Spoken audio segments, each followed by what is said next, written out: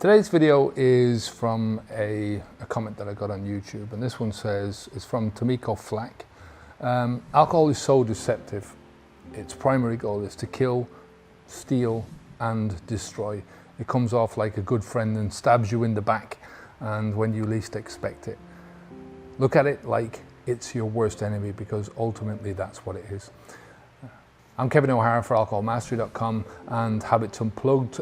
We're trying to help people to stop drinking alcohol, to stay away from alcohol, and ultimately to live the best possible version of themselves.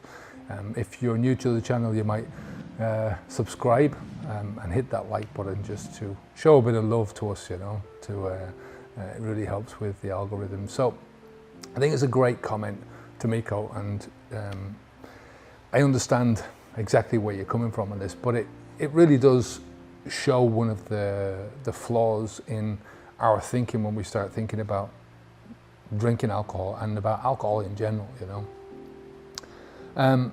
You say that alcohol is so deceptive because its primary goal is to kill, to steal and to destroy, and you know, that thinking that alcohol has got a primary goal, alcohol has got a goal at all, is just, it's not right. You know, there's alcohol is just a substance in a bottle. It's a liquid in a bottle. It has got no brain, it's got no conscience, it's got no ideas, it's got no goals, it's got nothing. You know, it's just a liquid in a bottle that's not going to do anything, right? So it cannot be your friend or your foe. It can't stab you. It can't, what did you say?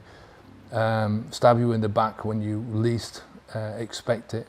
So it can't stab you. It can't hug you either.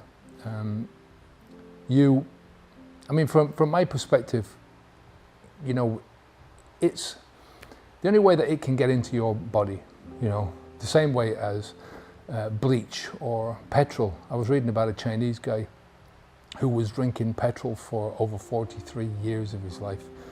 He started out drinking kerosene because he thought that it was going to help him. It was an apparently old Chinese cure to help people, an old Chinese remedy, I suppose, and he wanted it to help him to cure a cough.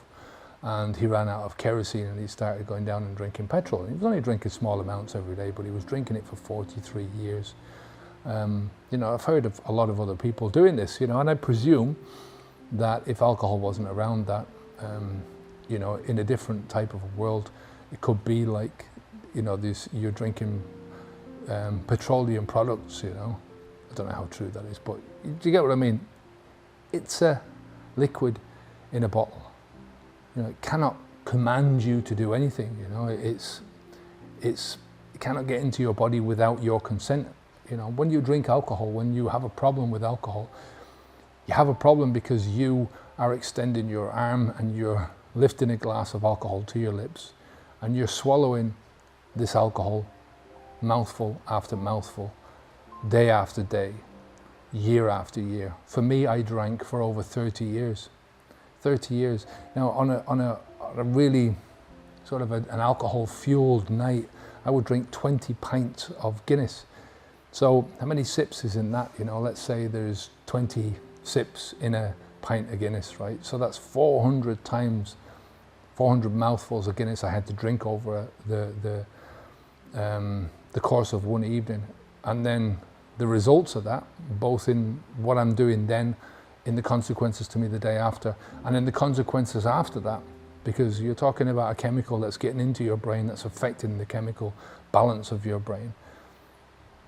What are the consequences of that in the long term to you, to your thinking, to your actions, and to your life ultimately? So you were the problem, not you personally, Tomiko.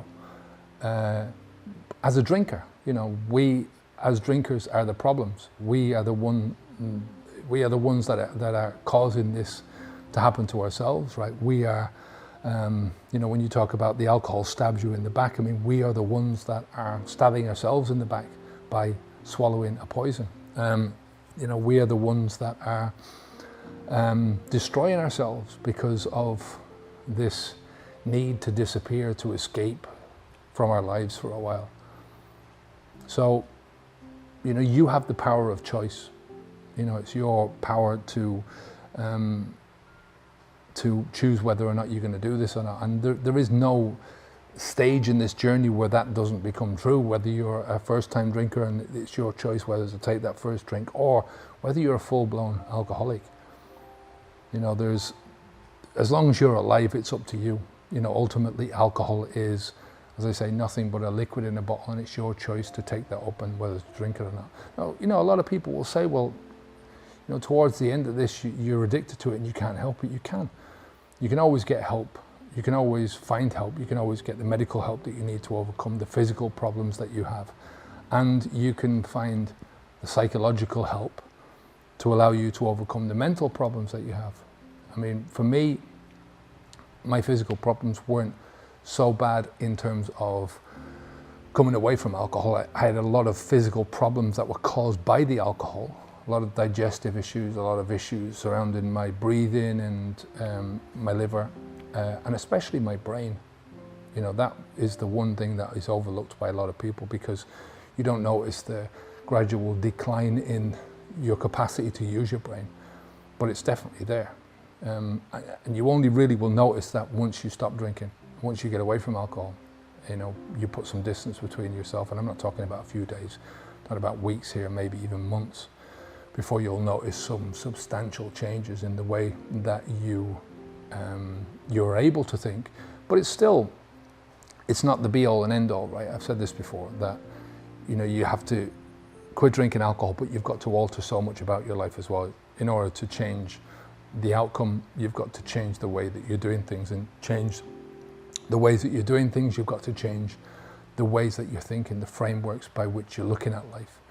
So I hope that made sense, Tomiko. Yeah, it was one of the comments that stood out to me, and yeah, I thought it was a great comment. But as I said at the beginning, I understand where you're coming from, but it does highlight a really big flaw in our thinking, and it's a flaw that comes from our culture, that it is the problem. I mean, it's a flaw that comes directly from the quit alcohol industry. You know, that it's the alcohol that causes the problem. It's, you know, the alcohol is the demon, you know, so yeah. All right, take care of yourself. If you want to have, if you're ready to stop drinking alcohol, there's a book that you can download below. There's a link below. Just click on that link. It's called Habit Unplugged: 10 Steps to Stop Drinking Alcohol. Click on the link, go over to the website, fill in your name and email address, and I'll send it out to you straight away. You'll also get a few videos, and you'll get reminders of videos that are coming up onto the website as well. So take care of yourself, keep the alcohol out of your mouth, onwards and upwards. All right, have a great day. Onwards and upwards. Bye now.